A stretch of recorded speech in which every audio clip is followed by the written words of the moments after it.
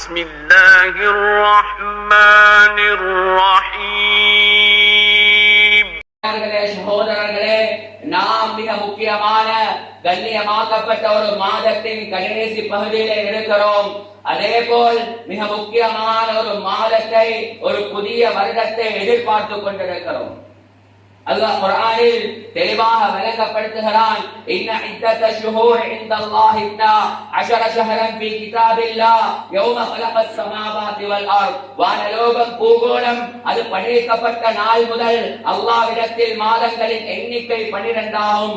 அந்த 12 மாதங்களில் அல்லாஹ் 4 மாதங்களை கண்ணியமான மாதமாக ஆக்கியிருக்கிறான். அந்த 4 மாதத்திலும் போர் புரிய கூடாது, பிறரின் பொருள்களை அபகரிக்க கூடாது, அநியாயமான விடயங்களை செய்யக்கூடாது, வேட்டையாடக் கூடாது என்று பல நிபந்தனைகளை போட்டு அந்த மாதங்களை அல்லாஹ் கண்ணியப்படுத்தி இருக்கிறார். அந்த மாதங்களில் ஒரு மாதத்தை தான் நாம் எதிர்நோக்கி கொண்டிருக்கிறோம். அதுதான் முஹர்ரமுடைய மாதமாக இருக்கிறது.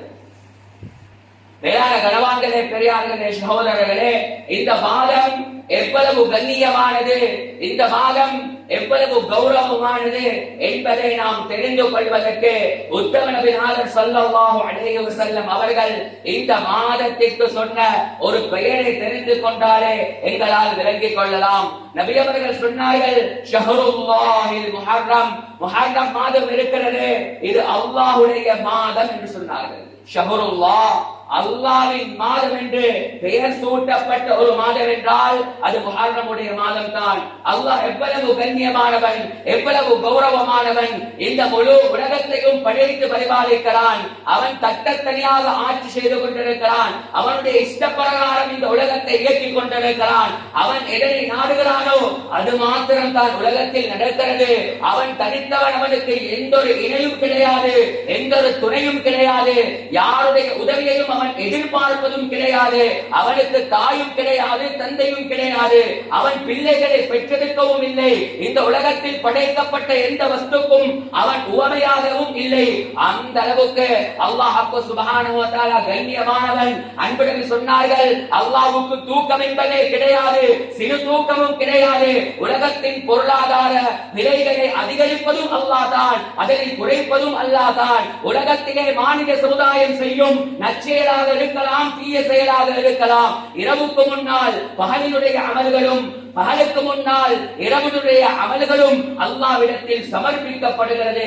அவன் இந்த உலகத்தை கச்சிதமாக நிர்வாகம் செய்து கொண்டிருக்கிறான். வேளாண் கணவான்களே, பெரியார்களே, சகோதரர்களே, இந்த உலகத்திற்கும் அவனுக்கும் உள்ள திரையை பற்றி அன்பு நபி ஸல்லல்லாஹு அலைஹி வஸல்லம் சொன்னார்கள், ஹிஜாபுஹு அன்-நூர்.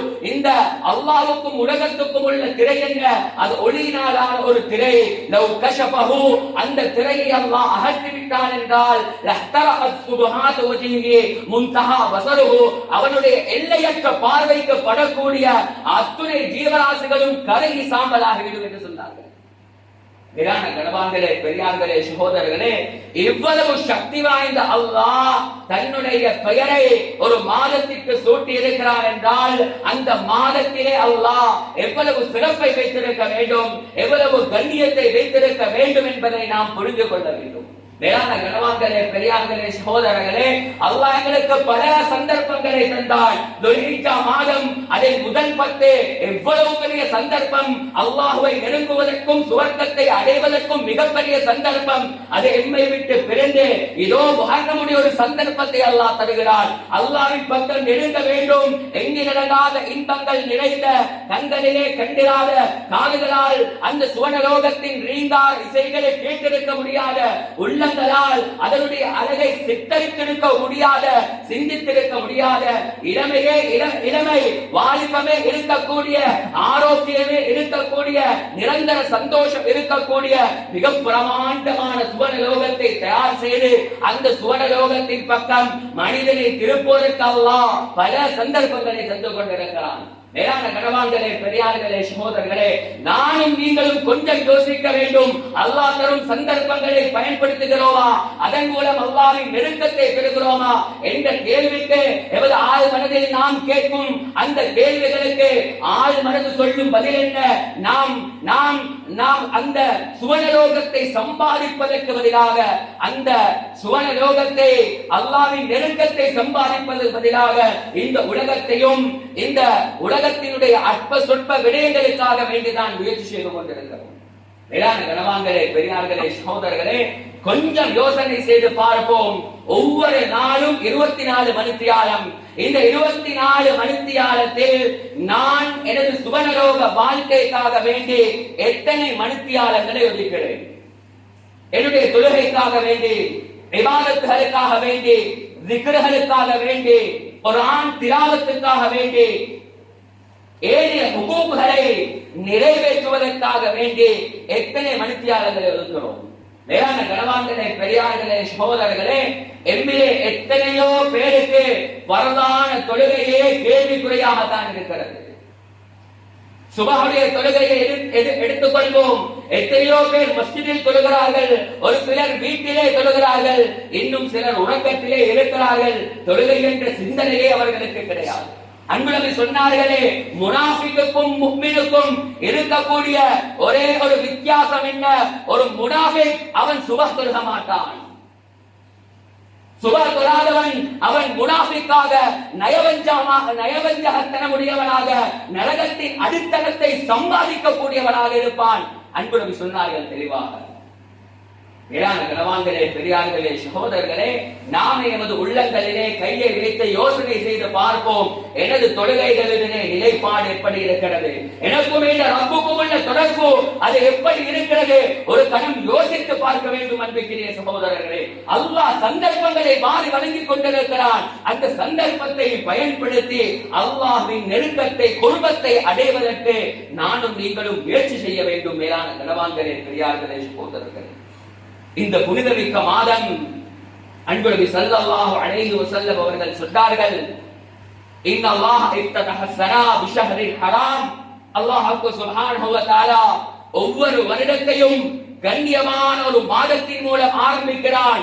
அதுதான் முஹர்ரமுடைய மாதம். வஹதமஹா பிஷஹரில் ஹராம். கண்ணியமான மாதத்தின் மூலமாக ஒவ்வொரு வருடத்தை முடிக்கிறான். அதுதான் துல்ஹிஜ்ஜா மாதம். சொல்லிவிட்டு சொன்னார்கள், ஃபலைஸ ஷஹ்ருன் பஅத ரமதான் அஅதமு இன்தல்லாஹி ஷஹ்ருல்லாஹில் முஹர்ரம். ஒவ்வொரு வருடமும் ரமலானுடைய மாதத்திற்கு பின்னால் அல்லாஹ்விடத்தில் ஆக சிறந்த ஒரு மாதம் இருக்கும் என்றால் அது முஹர்ரமுடைய மாதம் என்று நபி அவர்கள் சொன்னார்கள். அஃதலு ஸியாம் பஅத ரமதான் ஷஹ்ருல்லாஹில் முஹர்ரம். ரமலானுடைய மாதத்திற்கு பின்னால் நோன்பு நோட்பதற்கு சிறந்த மாதம் அது முஹர்ரமுடைய மாதம் என்று நபி அவர்கள் சொன்னார்கள். முஹர்ரமுடைய மாதத்தில் நபி அவர்கள் அதிகமாக நோன்பு நோற்றிருக்கிறார்கள். நோன்பு நோக்கும்படி மக்களுக்கு ஆர்வமும் ஊட்டியிருக்கிறார்கள். மேலான கணவான்களே, பெரியார்களே, சகோதரர்களே, இந்த முஹர்ரமுடைய மாதத்திலே மிக முக்கியமான ஒரு நாள் தான் பிறை 10 ஆஷுராவுடைய தினம். மேலான கணவான்களே, பெரியார்களே, சகோதரர்களே, அந்த நாளுக்கென்று தனிப்பட்ட ஒரு சிறப்பை அல்லாஹ் வைத்திருக்கிறான். அது தனி ஒரு குதுபாவில் பேசப்பட வேண்டும். மேலான கணவான்களே, பெரியார்களே, சகோதரர்களே, ஆஷுராவுடைய தினத்தை நாம் ஆராயும் பொழுது சுப்ஹானல்லாஹ் வரலாற்றிலே ஏகப்பட்ட இஸ்லாமிய வரலாற்றிலே ஏகப்பட்ட நிகழ்வுகள் இந்த ஆஷுராவுடைய தினத்தில் தான் நடைபெற்றிருக்கிறது. தாரிகுடைய உலமாக்கள் எழுதுகிறார்கள், முதலாவதாக சரித்திரத்தினுடைய ஆரம்ப பகுதிக்கு செல்லும் பொழுது ஹுபூத் ஆதம் ஹவ்வா அலைஹிமுஸ் ஸலாத்து வஸ்ஸலாம் இலல் அர்த். ஆதம் அலைஹிஸ்ஸலாம் அவர்களும் ஹவ்வா அலைஹிஸ்ஸலாத்து வஸ்ஸலாம் அவர்களும் இந்த பூகோளத்துக்கு இறக்கப்பட்ட நாள் முஹர்ரமுடைய மாதத்தின் பிறை 10 ஆஷுராவுடைய தினம்தான் என்று எழுதியிருக்கிறார்கள். மேலான கணவான்களே, பெரியார்களே, சகோதரர்களே, ஆதம் அலைஹிஸ்ஸலாம் அவர்கள் படைக்கப்படுகிறார்கள். விலா எலும்பிலிருந்து ஹவ்வா அலைஹிஸ்ஸலாம் அவர்கள் படைக்கப்படுகிறார்கள். வகுல்னா யா ஆதம் உஸ்குன் அன்த வஸௌஜுகல் ஜன்னத வகுலா மின்ஹா ரகதன் ஹைது ஷித்துமா வலா தக்ரபா ஹாதிஹி ஷஜரா ஃபதகூனா மினல் ஸாலிமீன். அல்லாஹ் குர்ஆனிலே தெளிவாக சொல்கிறான், அவர்களுக்கு தங்குமிடமாக அல்லாஹ் சுவனலோகத்தை கொடுத்திருந்தால் அதில் இருக்கும் ஒரு மரத்தின் பக்கம் நெருங்க கூடாது, அதன் கனியை புசிக்க கூடாது என்ற அல்லாஹ் சட்டத்தை போட்டிருந்தான். ஆனாலும் ஷைத்தானின் ஊசலாட்டம் அவர்கள் தவறிழைத்தார்கள், உலகிற்கு அனுப்பப்பட்டார்கள். மேலான கனவான்களே, பெரியார்களே, சகோதரர்களே, அந்த உலகிற்கு அனுப்பப்பட்ட நாள் இந்த ஆஷுராவுடைய தினம்தான். கபூல் தௌபத் ஆதம் அலைஹிஸ்ஸலாத்து வஸ்ஸலாம், ஆதம் அலைஹிஸ்ஸலாம் அவர்களுடைய தௌபாவை அல்லாஹ் கபூல் செய்ததும் அதே ஆஷுராவுடைய தினம்தான். فتلقى آدم من ربه كلمات فتاب عليه إنه هو التواب الرحيم. ஆதம் அலைஹிஸ்ஸலாம் தௌபா செய்து கொண்டே இருந்தார்கள், அழுது தௌபா செய்து கொண்டே இருந்தார்கள். கடைசியில் அல்லாஹ்விடத்தில் கேட்ட வார்த்தை என்ன? சுவனலோகத்தின் கதவுகளிலே அவர்கள் கண்ட ஒரு வார்த்தை நினைவுக்கு வருகிறது. லா இலாஹ இல்லல்லாஹ் முஹம்மதுர் ரசூலுல்லாஹ். அல்லாஹ்வின் நாமத்துடன் சேர்த்து முஹம்மது ஸல்லல்லாஹு அலைஹி வஸல்லம் அவர்களுடைய பெயர் பதிவு செய்யப்பட்டிருக்கிறது. நபி அவர்கள் பிறப்பதற்கு முன்னாலே நபியின் அந்தஸ்தும் கௌரவமும் அது உயர்த்தப்பட்டிருந்தது. வஅஸ்மாஉஹு துக்தபு ஃபில் அர்ஷ். நபியின் பெயர்கள் எல்லாம் அர்ஷிலே பதிவிடப்பட்டிருந்தது, பதிவு செய்யப்பட்டிருந்தது. ஆதம் அலைஹிஸ்ஸலாம் துஆ கேட்டார்கள், யா அல்லாஹ், உனது சுவன வாசலிலே ஒரு பெயரை நான் கண்டேன், அந்த பெயருக்கு ஒரு சிறப்பு இருக்கிறது, அந்த பெயரின் பொருட்டினால் எனது பாவத்தை மன்னித்து விடு, எனக்கு தௌபாவை நசீபாக்கி விடு என்று கேட்டார்கள். இதனை அல்லாஹ் குர்ஆனில் தெளிவாக சொல்லி காட்டுகிறான். ஃபதலக்கா ஆதமு மின் ரப்பிஹி கலிமாத்தின். அல்லாஹ் ஆதம் அலைஹிஸ்ஸலாம் அவர்களின் உள்ளத்தில் அந்த புனிதமிக்க கலிமாவை அல்லாஹ் உதிப்பாக போட்டான். அதன் மூலமாக தௌபா செய்தார்கள். அல்லாஹ் தௌபாவை ஏற்றுக்கொண்டான். இந்த தௌபா கபூல் செய்யப்பட்ட நாள் அது ஆஷுராவுடைய தினம்தான். மேலான கனவான்களே, பெரியார்களே, சகோதரர்களே, அடுத்ததாக உலகம் முழுதாக அழிக்கப்பட்டு இரண்டாவது தடவை உயிர்ப்பிக்கப்பட்ட ஒரு நாள் இருக்கிறது. அது யாருடைய காலம்? ஹதரத் நூஹ் அலைஹிஸ்ஸலாத்து வஸ்ஸலாம் அவர்களுடைய காலம். நூஹ் அலைஹிஸ்ஸலாம் அவர்களுக்கு ஒரு பெயர் இருக்கிறது. என்ன? அபுல் பஷர் அஸ்ஸானி, மனித கோடியின் இரண்டாவது தந்தை என்ற பெயர் இருக்கிறது. மேலான கனவான்களே, பெரியார்களே, சகோதரர்களே, ஹதரத் நூஹ் அலைஹிஸ்ஸலாத்து வஸ்ஸலாம் அவர்கள் தனது கூட்டத்திற்கே நபியாக அனுப்பப்பட்டார்கள். தனது கூட்டத்திற்கே நபியாக அனுப்பப்பட்டார்கள். காரணம் என்ன?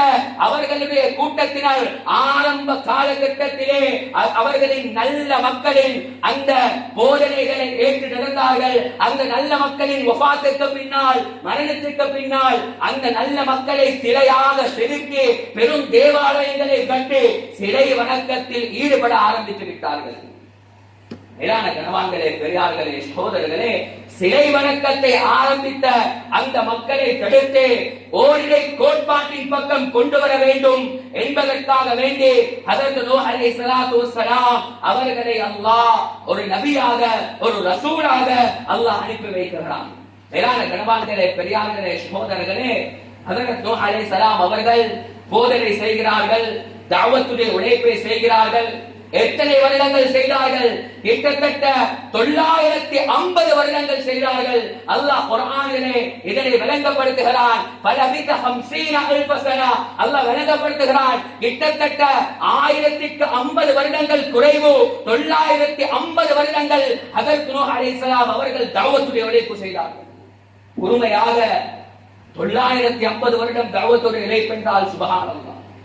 மேலான கனவான்களே, பெரியார்களே, சகோதரர்களே, அத்துணை வருடத்திலும் இந்த தாவத்துடைய உழைப்பை அந்த பேச்சை ஏற்றுக்கொண்டவர்கள் எத்தனை பேர்? 72 அல்லது 74 பேர் தான். எத்தனை வருடத்திற்கு? 950 வருடத்திற்கு. மேலான கனவான்களே, பெரியார்களே, சகோதரர்களே, அவர்களை சொல்கிறார்கள். சூரத்து நூஹிலே அல்லாஹ் அதனை தெளிவுபடுத்துகிறான். இன்னி தஅவத்து கௌமி லைல வ நஹாரா. நான் என்னுடைய கூட்டத்தை இரவு பகலாக அல்லாஹ்வின் பக்கம் அழைத்துக் கொண்டே இருந்தேன். அவர்கள் என்னை விட்டு பிறந்தோட ஆரம்பித்தார்கள்.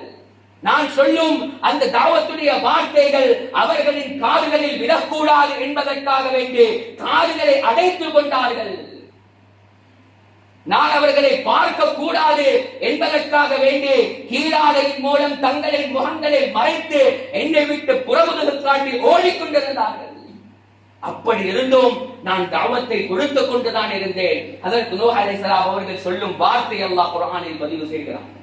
மேலான கணவான்களே, பெரியார்களே, சகோதரர்களே, அவர்கள் மேலும் சொல்கிறார்கள், நான் பகிரங்கமாகவும் தாவத்துடைய உழைப்பு செய்தேன். நான் ஒவ்வொரு தனிப்பட்ட மனிதரை சந்தித்து தனித்தனியாகவும் இந்த தாவத்துடைய உழைப்பை செய்தேன். ஆனால் பலனளிக்கவில்லை. ஒரு சிலரை மாத்திரம், கிட்டத்தட்ட 72 அல்லது 74 பேரை மாத்திரம் என்னுடைய பேச்சை கேட்டு இறைவனை வணங்க ஆரம்பித்தார்கள்.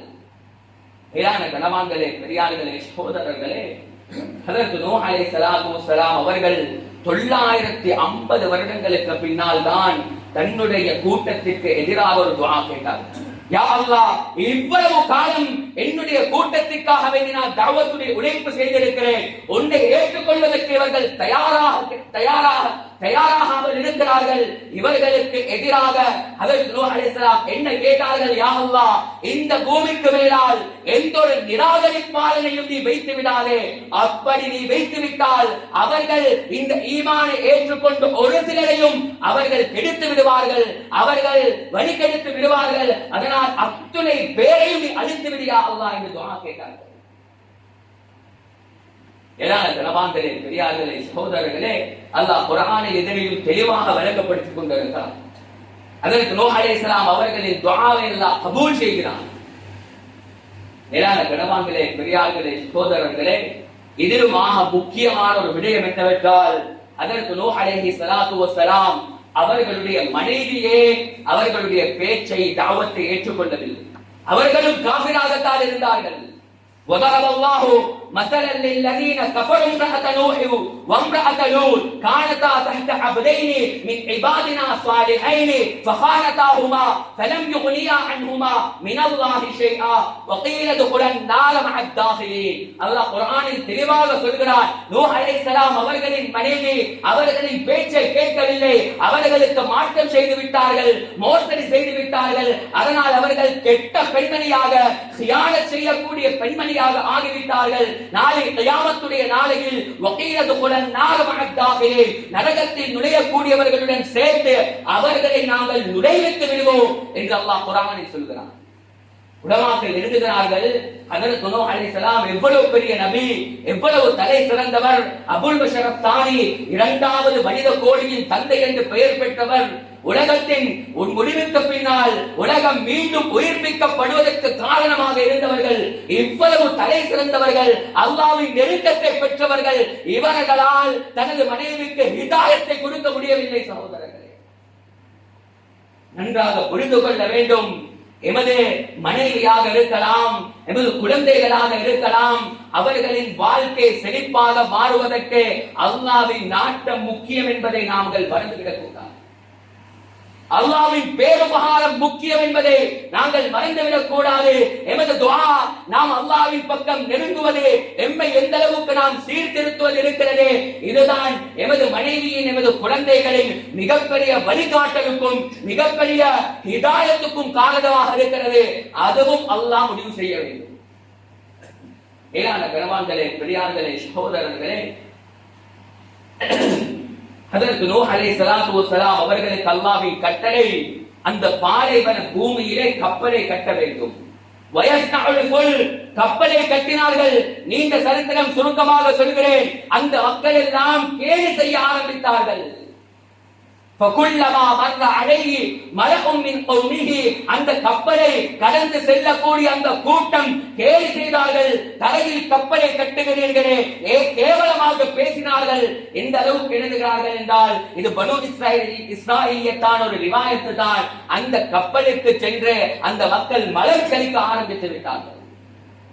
மேலான கணவான்களே, பெரியார்களே, சகோதரர்களே,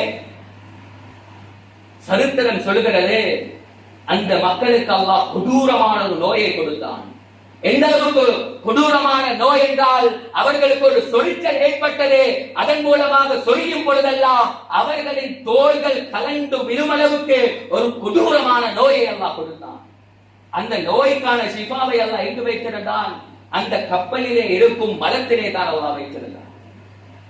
ஏனான கணவான்களே, பெரியார்களே, சகோதரர்களே, யாருடனும் விளையாடலாம், அல்லாஹ்வுடன் விளையாட முடியாது. சகோதரர்களே, அல்லாஹ் தந்திரக்காரர்களுக்கெல்லாம் தந்திரக்காரன் அது அல்லாஹ் ஒருவன் மாத்திரம்தான். இதன் மூலமாக அல்லாஹ் அவர்களை கேவலப்படுத்த நாடி இருக்கிறான். மேலான கணவான்களே, பெரியார்களே, சகோதரர்களே, அந்த மக்கள் ஹஜ்ரத் நூஹ் அலைஹிஸ்ஸலாத்து வஸ்ஸலாம் அவர்களை எதன் மூலமாக கேவலப்படுத்தினார்களோ அந்த கேவலத்தையே அல்லாஹ் அவர்களுக்கு மருந்தாக மாற்றிவிட்டான். மேலான கணவான்களே, பெரியார்களே, சகோதரர்களே, ஹஜ்ரத் நூஹ் அலைஹிஸ்ஸலாத்து வஸ்ஸலாம் அவர்களின் கப்பலை அவர்களே சுத்தம் செய்தார்கள். அந்த கூட்டமே சுத்தம் செய்தார்கள். ஏன்? தனது நோய்க்கு நிவாரணம் தேடி. அதற்கு பின்னால் கப்பலை கட்டி முடித்ததற்கு பின்னால் அல்லாஹ் குர்ஆனிலே சொல்கிறான், வஃபாரத் தன்னூர், நாங்கள் மலைகளுக்கு வானங்களுக்கு கட்டளையிட்டோம் மழை பொழியும்படி, அந்த வானத்திற்கும் பூமிக்கும் தனது நீரை கக்கும்படி கட்டளையிடுவதற்கு முன்னால் ஒரு கிழவியின் தன்னூர் என்ற அடுப்பிலிருந்து நாம் நீரை வெளியாக்கினோம். வஃபாரத் தன்னூர், தன்னூர் என்றால் ரொட்டி சுடக்கூடிய ஒரு அடுப்பு. இதற்கு பல கருத்துகள் இருக்கிறது.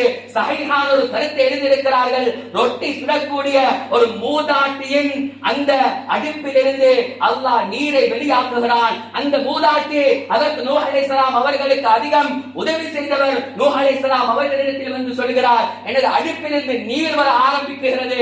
உடனே புரிந்து கொண்டார்கள், அல்லாஹ்வின் தண்டனை வரப்போகிறது.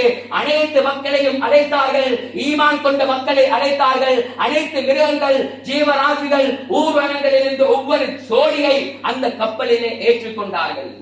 அல்லாஹ் அதனை குர்ஆனிலே சொல்கிறார், வஃபாரத் தன்னூர். ஏரான கனவான்களே, பெரியார்களே, சகோதரர்களே, கப்பலில் ஏறி ஒரு சில மணித்தியாலங்களிலே அல்லாஹ்வுக்கு சுப்ஹானஹு வ தஆலாவின் முஅஜிஸா, அவருடைய சக்தி வெளிப்பட ஆரம்பித்து விட்டது. அந்த ஊரே மூழ்கடிக்கப்படுகிறது. தூஃபான் என்ற மிகப்பெரிய வெள்ளத்தை அல்லாஹ் அனுப்பி வைக்கிறான். கப்பல் மிதக்க ஆரம்பிக்கிறது. மக்கள் எல்லாம் கேவலப்படுத்தினார்கள். கடல் இல்லை, ஆறு இல்லை, நீர்வீழ்ச்சிகளோ எந்த ஒரு தண்ணியுடைய சம்பந்தமுமே கிடையாது. கப்பலை கட்டுகிறீர்கள் என்று கேவலப்படுத்தினார்கள். சாத்தியமல்லாததை சாத்தியமாக்கும் சக்தி அல்லாஹ்வுக்கு இருக்கிறது என்பதை நாம் மறந்துவிடக் கூடாது. இலான கனவான்களே, பெரியார்களே, சகோதரர்களே, மிகப்பெரிய வெள்ளம். சரித்திரத்துடைய உலமாக்கள் எழுதுகிறார்கள், இப்னு கஸீர் ரஹ்மத்துல்லாஹ் போன்ற பெரும் பெரும் தஃசீருடைய உலமாக்கள் எழுதுகிறார்கள், கிட்டத்தட்ட 6 மாதம் அல்லது 7 மாத காலம் அந்த வெள்ளம் இருந்தது. அந்த கப்பலும் 7 மாத காலம் மிதந்து கொண்டே சென்றது. இன்னொரு ரிவாயத்திலே காபாவை கூட, காபா உயர்த்தப்பட்டிருந்தது, காபா இருந்த இடத்தை கூட அந்த கப்பல் 7 தடவை தவாஃப் செய்தது என்பதாக எழுதியிருக்கிறார்கள். மேலான கனவான்களே, பெரியார்களே, சகோதரர்களே, 7 மாதத்துக்கு பின்னால் அல்லாஹ் குர்ஆனிலே விளங்கப்படுத்துகிறான், வகீல யா அர்து பலஇ மாஅகி வ யா ஸமாஉ இக்லிஇ வகீபல் மா வகுதியல் அம் வஸ்தவத் அலல் ஜூதியி வகீல புஅதல் லிகௌமி ஸாலிமீன். 7 மாதங்களுக்கு பின்னால் அல்லாஹ்வின் கட்டளை வருகிறது, பூமியே உன்னுடைய தண்ணீரை விழுங்கிக் கொள், வானங்களே உங்களுடைய நீரை நிறுத்தி விடுங்கள். அல்லாஹ்வின் கட்டளைக்கு பின்னால் பூமி தன்னுடைய அந்த தண்ணீரை விழுங்கிக் கொள்கிறது. வானம் தன்னுடைய மழை பொழிவதை நிறுத்தி விடுகிறது. மேலான கனவான்களே, பெரியார்களே, சகோதரர்களே, நூஹ் அலைஹிஸ்ஸலாம் அவர்களின் கப்பல் ஜூதி மலை, ஜூதி என்று பெயர் சொல்லக்கூடிய ஒரு மலையில் தரையிறங்குகிறது. மேலான கனவான்களே, பெரியார்களே, சகோதரர்களே, அதற்கு பின்னால் நீண்ட சரித்திரம். இப்னு கஸீர் ரஹ்மத்துல்லாஹ் அவர்கள் சொல்கிறார்கள், ஒரு காகத்தை அனுப்பினார்கள். ஹஜ்ரத் நூஹ் அலைஹிஸ்ஸலாத்து வஸ்ஸலாம் அவர்கள் அந்த அதாவது பூமியின் நிலைப்பாடை அறிந்து வருவதற்காக வேண்டி காகம் சென்று ஒரு செத்த பிணத்தை சாப்பிட ஆரம்பித்து விட்டது. திரும்பி வரவில்லை. மீண்டும் ஒரு புறாவை அனுப்பி வைத்தார்கள். அந்த புறா சென்று, இது இப்னு கஸீர் ரஹ்மத்துல்லாஹ் அவர்களால் எழுதப்பட்ட ஒரு ரிவாயத், அவர்கள் விளங்கப்படுத்துகிறார்கள், புறா ஒரு ஜெய்தூன் மரத்தின் குச்சை எடுத்துக் கொண்டு வந்தது. அந்த புறாவின் கால்களிலே சேறு படிந்திருந்தது. அதற்கு நூஹ் அலைஹிஸ்ஸலாம் விளங்கிக் கொண்டார்கள், தண்ணீர் இறங்கி விட்டதாக விளங்கிக் கொண்டார்கள். அந்த நேரத்தில் புறாக்காக வேண்டிய ஒரு துஆ செய்தார்கள். அங்கிருந்து தான் புறாவை தூதர் அதாவது தூதர்களை, கடிதங்களை கொண்டு செல்வதற்காக வேண்டி பயன்படுத்தி இருக்கிறார்கள் என்பதாக சரித்திரத்துடைய உலமாக்கள் எழுதியிருக்கிறார்கள். மேலான கனவான்களே, பெரியார்களே, சகோதரர்களே, அதற்கு பின்னால் ஹஜ்ரத் நூஹ் அலைஹிஸ்ஸலாத்து வஸ்ஸலாம் மீண்டும் அந்த பூமிக்கு வருகிறார்கள். 60 ஆண்டுகள், அதற்கு பின்னால் 60 வருடங்கள் வாழ்கிறார்கள். 60 வருடங்களுக்குள்ளால் மிகப்பெரிய ஒரு சமுதாயமே உருவாக்கப்படுகிறது. அதனால் தான் அவருக்கு அபுல் பஷர் அஸ்ஸானி, 2வது தந்தை என்ற பெயர், உலகத்தின் 2வது தந்தை என்ற பெயர் சூட்டப்படுகிறது. மேலான கனவான்களே, பெரியார்களே, சகோதரர்களே, இந்த கப்பல் அந்த ஜூதி மலையில் கொண்டு போய் அல்லாஹ் அந்த இறக்கி பாதுகாத்தானே, அந்த நாள் இந்த முஹர்ரமுடைய யௌமுல் ஆஷுரா பிறை 10வது நாளாகத்தான் இருக்கிறது. மேலான கனவான்களே, பெரியார்களே, சகோதரர்களே, இப்படி ஏகப்பட்ட நிகழ்வுகள் இந்த ஆஷுராவுடைய தினத்திலே நடைபெற்றிருக்கிறது. வரக்கூடிய ஹுதுபாக்களிலே அதனை ஒவ்வொன்றாக நாங்கள் பார்த்து கொள்ளலாம். ஆகவே அல்லாஹ் தரும் மிகப்பெரிய ஒரு சந்தர்ப்பம் தான் இந்த முஹர்ரமுடைய மாதம். இந்த முஹர்ரமுடைய மாதத்தை நாங்கள் இயன்றளவு பயன்படுத்துவோம், அல்லாஹ்வின் நெருக்கத்தை பெறுவோம். எங்களுக்கு மரணம் அது எங்களை சமீபித்திருக்கிறது. எந்த நேரத்திலும் எந்த சந்தர்ப்பத்திலும் மௌத்து வந்து சேர்ந்து விடலாம். மரணத்தை ஒரு கணம் யோசித்து பாருங்கள். இதே நிலையில் இதே இடத்தில் நாங்கள் மரணித்து விட்டோம் என்றால் எங்களின் நிலைப்பாடுகள் எப்படி இருக்கும்? எனது குடும்பம் ஒரு பக்கம் இருக்க, எனது குழந்தைகள் ஒரு பக்கம் இருக்க, மௌத்துக்கு பின்னால் எனது வாழ்க்கை எப்படி தீர்மானிக்கப்படும் என்பதை யோசித்து பார்ப்போம். அன்பிற்கினிய கனவான்களே, பெரியார்களே, சகோதரர்களே, மௌத்துக்கு முன்னால் அல்லாஹ்வை சந்தோஷப்படுத்துவோம். அல்லாஹ் மௌத்துடைய நேரத்திலேயே எங்களை சந்தோஷப்படுத்த ஆரம்பித்து விடுவான். மேலான கனவான்களே, பெரியார்களே, சகோதரர்களே, ஆக நமது வாழ்க்கைகளை அல்லாஹ் செழிப்பானதாக ஆக்கி வைப்பானாக. யா அல்லாஹ் எங்களை கபூல் செய்து கொண்டு, யா அல்லாஹ் எங்கள் உள்ளங்களை பரிசுத்தப்படுத்தி, யா அல்லாஹ் யா அல்லாஹ் எங்களுடைய யா அல்லாஹ் எதிர்காலங்களை சிறப்பானதாக ஆக்கி, யா அல்லாஹ் யா அல்லாஹ் உன்னை அஞ்சி பயந்து வாழும் பாக்கியத்தை தந்து, யா அல்லாஹ் தொழிலமைக்க ஒரு மாதத்தை சந்திக்க இருக்கிறோம். யா அல்லாஹ் அந்த மாதத்திலே என்னென்ன நிலவுகளை எல்லாம் கொடுக்க வேண்டும் என்று நீ முடிவு செய்திருக்கிறாயோ, யா அல்லாஹ் அத்தனை நிலவுகளுக்கும் எங்கள் அனைவரையும் சொந்தக்காரர்களாக ஆக்கி, யா அல்லாஹ் எங்களை